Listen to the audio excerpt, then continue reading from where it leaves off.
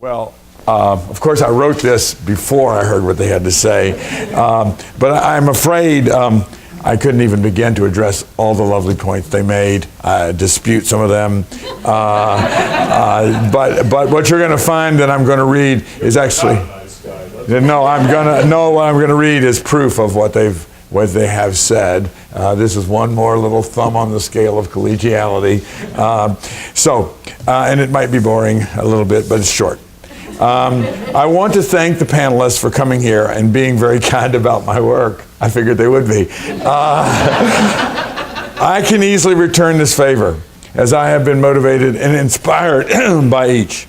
When I first met Gary Cates in the basement of the BN, he had a full beard, looked like a college undergraduate, and had an undying interest in the press, a mutual focus. Excuse me. Jeremy and I likewise have always been extremely close, and we have shared each other's work, and now into our 5th decade of mutual interest in the subject. We've been described by Frenchmen as, are you guys twins or something? But you don't look the same. Lynn and Tim and I met about the same time. Although they have the same mentor, I borrowed very differently from them. Trained as a social historian myself, I could see that Tim had extended its range, the range of social history, incredibly. When he took a job at Catholic, he, more than anyone else, worked to build an amazing shared intellectual community in the Baltimore, Washington area in pursuit of knowledge on the old regime and French Revolution. What conversations we had. Also, impromptu in the Library of Congress, which was so important in the pre-internet age. And what a local group we had, with numerous outstanding scholars who are always there for advice, help, and intellectual stimulation. And finally, Lynn Hunt has been an inspiration, as she provided a model for moving social history presciently, with great vision, into the paradigm of cultural history. I have been so lucky to have received an early push in that direction. Collaborating with her in, I think, 3 projects, iterations of 2 of them. Collaborating with her opened me to the advantages available from visual sources. So many others, I want to reference them now too, so many others who have made this career meaningful, and too many to begin to name, so many others I want to credit. But very quickly, Lenny Berlinstein was my fraternal twin brother at Hopkins, and later lived in DC, though commuting to Charlottesville. He read almost every word that I wrote, from early chapters of my dissertation to the last stuff before his untimely death a few years ago. And then there was my mentor, Robert Forster, who patiently put up with me as I transferred my undergraduate interest in the Russian Revolution, which uses a funny language, to the French Revolution of 1789. I do have to, an anecdote popped in my head when Tim was talking about Prelude to Power. He did say to me, however, he's a social historian, he said, "Jack, please count something." And if you look at the book I did, it's a whole chapter full of content analysis. And many thanks to my second reader, Orest Ranum, an early entrant into cultural history, who guided me in that direction. George Mason University proved to be a happy home. When Roy Rosenzweig joined the faculty, the digital age for historians had not begun. But Roy was one of the earliest and most important adoptees. Without Roy and Lynn, there would have been no Liberty, Equality, and Fraternity, the website that Lynn and I created. Certainly, not least or last, was Mac Holt, I'll get you later, who joined the history department decades ago, and who with others created a force field of interest in the old regime study group that sustained me, as I mentioned, many others. And now Christy Picaro is a recent but much appreciated colleague. And I can't close without thanking Jane Turner Censer, who started graduate school, as was reported somewhat salaciously, who started graduate school as I finished. She too read all my drafts and listened to my unformed ideas as well. In her case, I did reciprocate, and also did something that she did not interest her at all, and that was I'm the cook. Beyond the encouragement and aid of particular individuals has been the rigor and demands of the field of French history, which has been a leader in scholarship and has provided challenges and guidance. I think you know what I mean.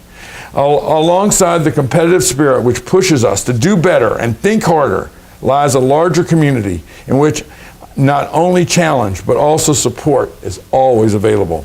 I remember clearly how alone I felt at my first SFHS in Ottawa in 1972 when I knew absolutely no one. But the embrace of a shared enterprise drew me in and has helped and supported me to this day.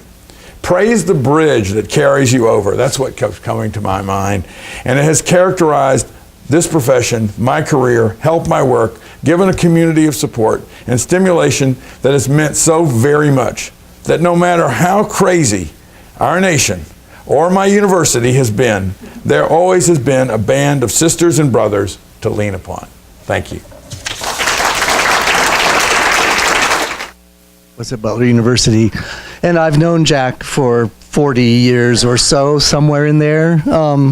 And I'll just give one word, which Jeremy already mentioned, which is generous. I think Jack is among the most generous of the colleagues I've enjoyed working with all these many decades. I gave my first paper at the Western Society in Greeley in 1981, as I recall, 81, 82, right in there. And Jack came up after that session to console me. Because Robert Forster gave the comment. And he thought I probably needed some picking up after being picked apart by his mentor. I thought to myself, this is exactly what Robert Forster was going to say. It was no surprise, but it was very nice of Jack to do that.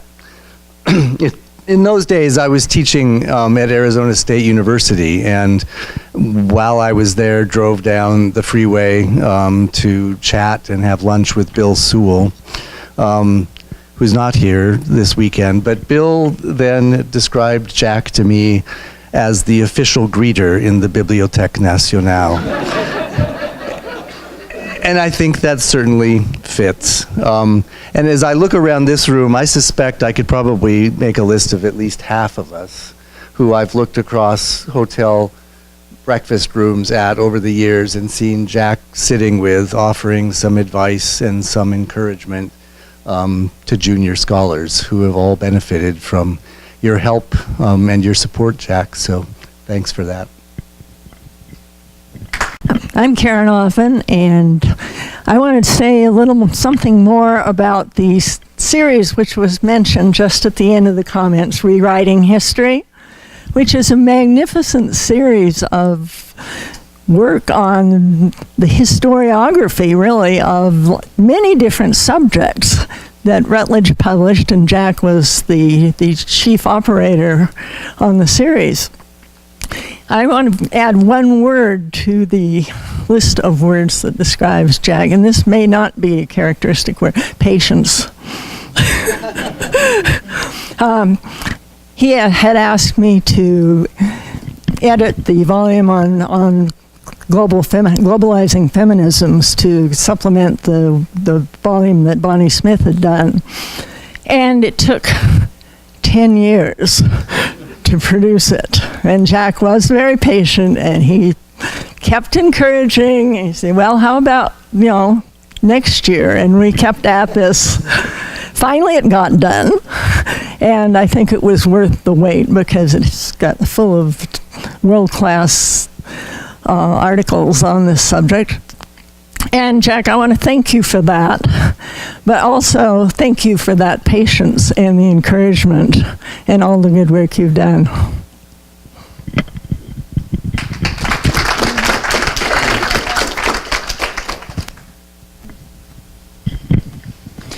So I'm Lloyd Kramer from University of North Carolina, Chapel Hill, and I can't remember exactly the moment I met Jack, but I do remember an early conversation in Paris at the Bibliothèque Nationale and having lunch in the Palais Royal, one of those restaurants with Nancy Green, and how enthusiastic you were. And, academics often tend to be kind of introverted. I think on a Myers-Briggs exam or whatever, you probably scored E, I don't know, but he was so energetic and enthusiastic, and I can't thank him enough for all the great meals and conversations and stories we've shared, and laughter. I want to just put laughter. That would be one word that hasn't come up, but I want to mention one other aspect to Jack's career that's been mentioned partly by Christy, his role as a leader, but among the many conversations we've had, I remember when I was chair of my department and having a couple of long conversations with Jack about the role of administrative leadership in a university. And what he helped me to think about was how that too is a sphere for creative intellectual work. That early in my career, like everybody, I think, oh, who would ever want to play that kind of role? That's just dead end. And I thought Jack had a vision as both department chair and as a dean for how this can be a way in which our skills as historians, as researchers, as writers, as interlocutors, as visionaries can make a difference in the communities we live in. And I want to thank you for that, because it helped me at a critical moment when I was taking on more leadership roles. And my final thought, there's so much we could also talk about in terms of encouraging intellectually my work. But I feel like the way to describe Jack is really with a Beatles song, and no one has brought up the Beatles. Because what do they have to do with French history? But I want to say that when I think of Jack, you know the famous song, and in the end, the love you take is equal to the love you make, or something like that. You give. No, I think it's make and take. I mean, it rhymes. I'm no musician. But I want to thank Jack for making a community of people, and I hope today you feel that you are taking back what you've helped to create. Merci beaucoup, mon ami.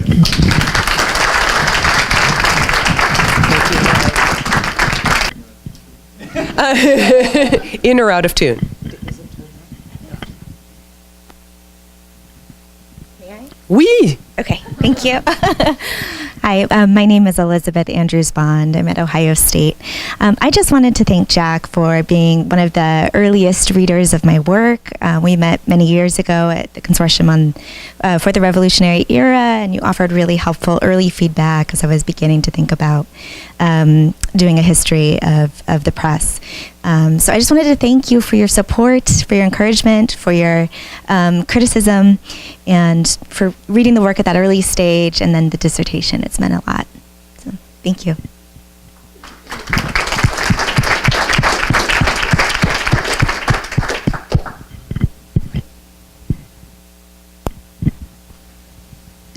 Hi, John Harvey, St. Cloud State. I don't have a direct association with George Mason, and of course I'm not from the generation of all of his friends and fellows who have spoken, but I have been interviewing a lot of historians, as everyone knows. And one of the things that really is interesting is that this is a generation that came forward from 65 to about the mid to late 70s. And the intellectual firepower that came out in that decade really has been difficult to see ever again in terms of the old versus the new.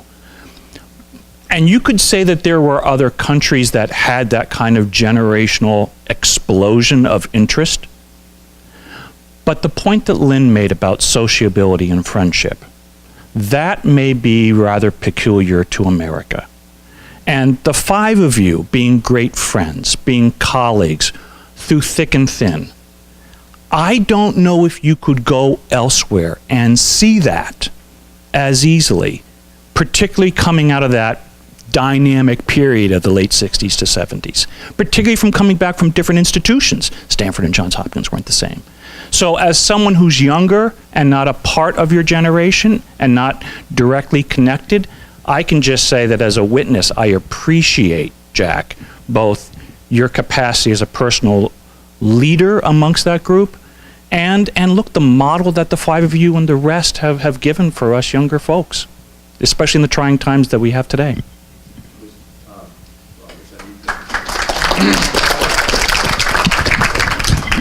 I don't know who learned from who, but I do want to say that this is a very competitive group, and we're all very competitive. But I do think we did share this vision that we could stand back. We could let somebody else shine, and I do think we also had in the back of our minds, and these are some of my closest friends in the world. In the back of our minds, make sure you have thought about how you want this thing to come out. Not right now, but a month from now, a year from now, and I think that helped us. We wanted to come out as advancing scholarship, advancing the teaching, advancing knowledge in history, and no one was going. I mean, there's plenty of room for lots of people, and I do think I felt, oh my gosh, intimidated. I felt competitive. I felt all that stuff, but it wasn't worth joining a fray. It was worth joining up. And I've co-authored. Not you, right? Everybody else. I have co-authored with everybody else, and believe me, it's, as far as I'm concerned, it's always a supplement. It's always a supplement. It's always a plus. And so I think, I'm not so sure it's a generational thing. I think it might have been coming out of the 60s the way we were, all of us. Gary was the 40s, I believe. No, he's the kid. So I just couldn't help but respond to that. And maybe anybody, Christy.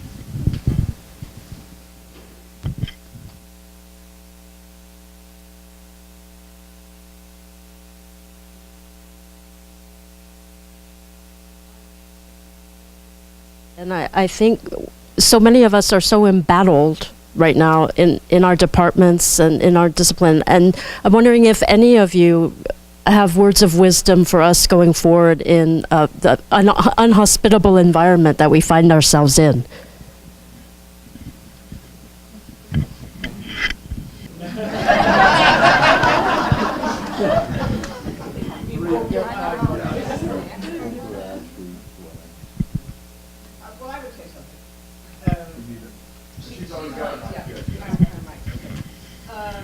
Well, I want to say more than one thing that's come to my mind since we have a little bit of time. I'm not sure we were maybe students in the 60s, but I really think it's actually a generation of the 70s when the supposed job crisis had actually already begun about that time. But I think one advantage that we did have over the current situation was, and one reason it was possible and even would have been stupid not to take the position that there was enough to go around. In other words, it wasn't a zero-sum game. It wasn't, if you got something, then somebody else wasn't going to get it. Oh, of course, there was some of that. There inevitably is. But we all had jobs. So that there was a way in which everyone could prosper. And I think there's I think that... If I can just break in, yes. We are members of the 1/3 of PhDs produced in the 70s yes. who did get yes, yes. But we are the ones who did get our academic jobs. Right. It's true. But so it was, however, once you did have a job, yeah. It was possible to have the feeling that first of all, it was already a time when things were more fixed. It wasn't going to be that easy to move. So things like French historical studies and the Western society were incredibly important as times, and the Bibliothèque Nationale and then the Bibliothèque Nationale de France even, at Tolbiac, were very important ways to be supportive in a more general way, because it wasn't going to be easy. But if you had the camaraderie and you had the chances to go to France to do research, it was still in our generation possible. You know, you could do things, you could do research, you could write books, and you didn't have to feel embattled all the time. I don't think you'd want to be an administrator if you had felt embattled all the time. So I do think the current situation is perhaps right now more difficult, but I think it means it's even more important to have these kinds of situations where people can exchange ideas. The most important thing in feeling embattled is to have support, to figure out what are you doing at your place, what are the kinds of issues that are being faced. Each institution has a slightly different situation. UCLA, for example, has just combined French, Italian, German, and Scandinavian, but not Slavic or Spanish and Portuguese. And so there are all kinds of things happening, and people need to exchange views on, well, why is your school doing that, and why are we doing what we're doing? So I think in that sense, sociability is still the crucial element for moving forward. We don't know what the future is going to bring. I would love to be able to say that everything is going to get better eventually. We've said the job crisis was going to go away at some point, and it never did. So I think it's really important to exchange views. And I think the centrality of Paris as a place to do research allows us, it's not just 3 times Right. we meet. Right, It's exactly. over and over and over Right. again, and a great place to break bread and go to museums. Precisely.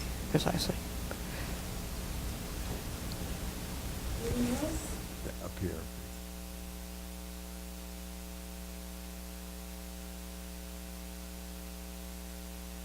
The things that were important in the career of our generation, I guess it was Tim who mentioned the bicentennial Congress in Paris, and we did have the extraordinary good fortune to be working on the history of the French Revolution at a moment when there were opportunities and interest in the subject that were unequaled and are not likely to come again in our active lifetimes. The number of places in which Jack and I spoke on the French Revolutionary Press in the decade of the 1980s, I can't even begin to remember all of them.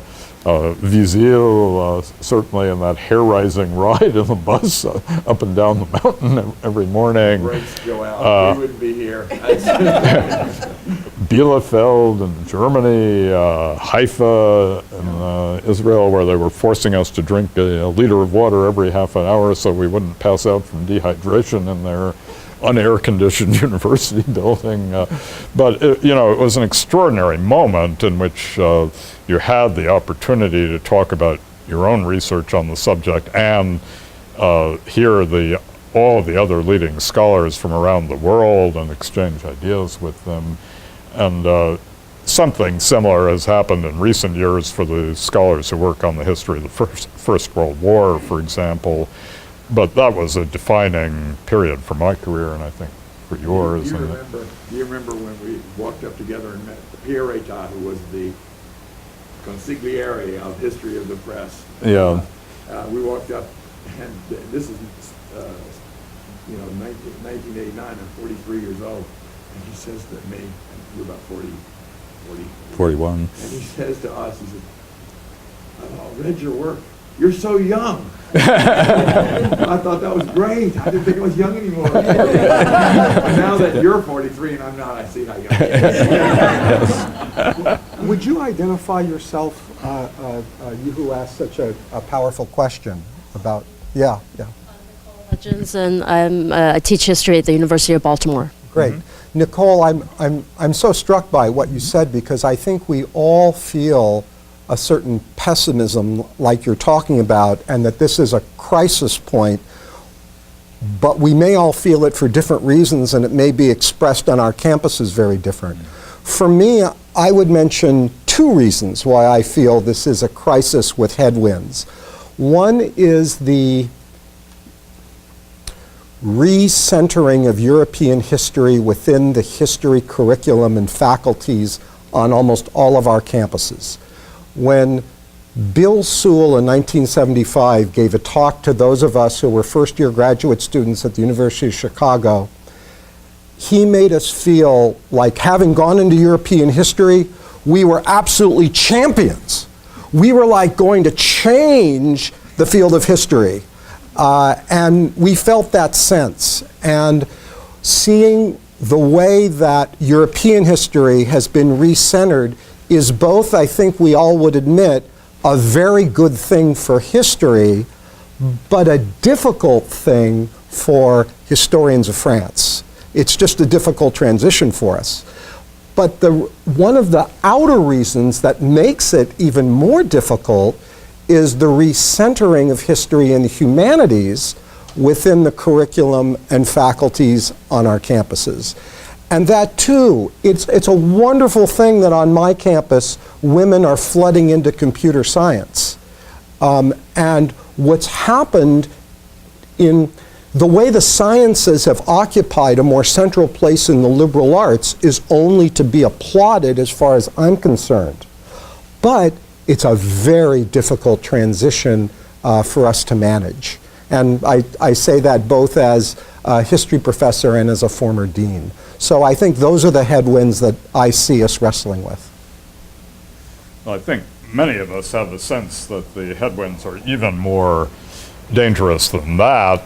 In the 70s, there was a terrible job crisis for people trying to start academic careers, but I don't think you could really talk about a crisis of universities. There had been a period of tremendous expansion of American higher education in the late 50s and 60s, and that had abruptly come to a stop. But universities themselves were, I think, still generally regarded as essential institutions for society. And I think we really worry at the moment that the climate has changed in some really radical way, that there is a hostility to the whole notion of higher education, and especially humanities education. And there is also an alarming restructuring of what it means to be a teacher at the university level, and I'm sure I don't have to tell any of you the increasing number of adjuncts, the sense that the tenure track positions that all of us have enjoyed may not be there in the future.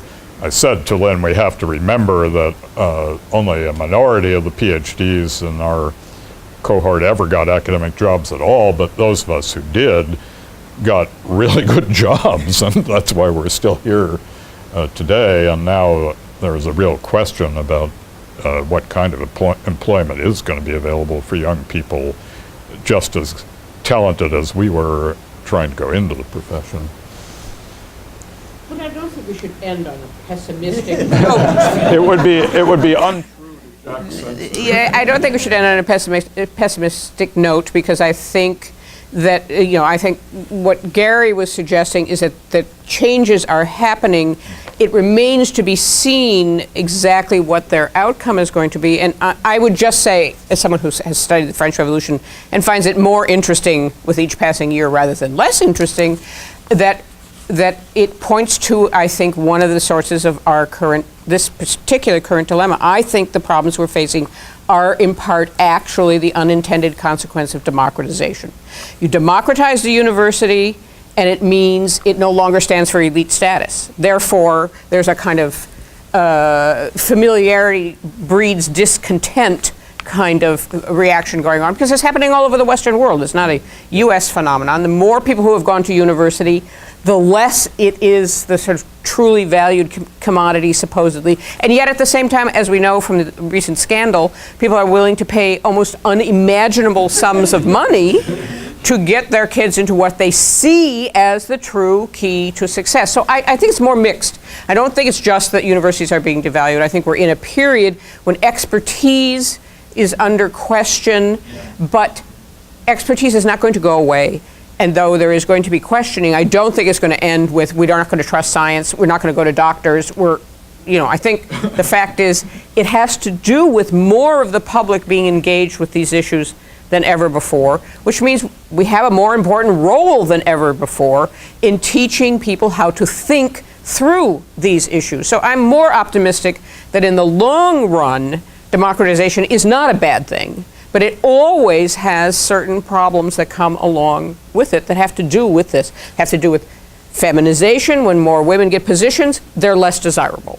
When more minorities get positions, they're less desirable. The positions are less desirable. This is just what happens, and it doesn't mean we don't want to push in that direction. It means we have to figure out how to deal with these consequences. And one other thing, our place in the world market is enormous.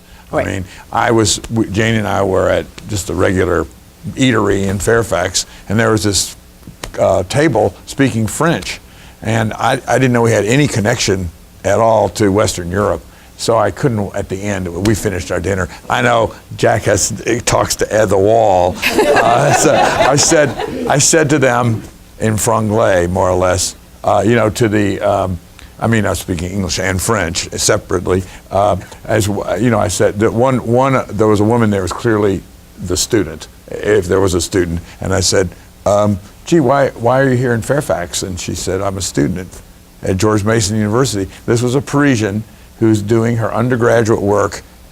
George Mason is hardly a household word in France. Right. And then since then I met another French person, a French woman of color who just finished her degree. So in the unexpected markets for American universities will buoy some anyway, especially if they're in major metropolitan areas where there's other people from there where they're from to relate to. So I mean, I'm kind of with you, Lynn. Right. Okay. Just didn't want to end on a down. Well, all right, we won't. French historians always end on an up note. No. I have an up now.